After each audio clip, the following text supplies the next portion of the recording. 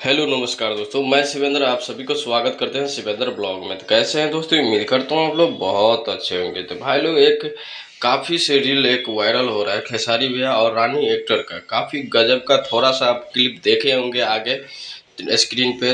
तो भाई लोग बता दो, खेसारी भैया का फ्रेंड है तो वीडियो को एक लाइक कर दीजिए, साथ ही चैनल पर नए हैं तो चैनल को सब्सक्राइब कर लीजिए ताकि हर अपडेट आप लोगों को सबसे पहले मिले। तो भाई लोग खेसारी भैया जब भी कुछ लेकर आते धमाका ही लेकर आते। इस साल में एक नया रेंज रोवर कार लिए हैं। तो भाई लोग रेंज रोवर कार काफ़ी गजब का 1.5 करोड़ का मतलब कार था।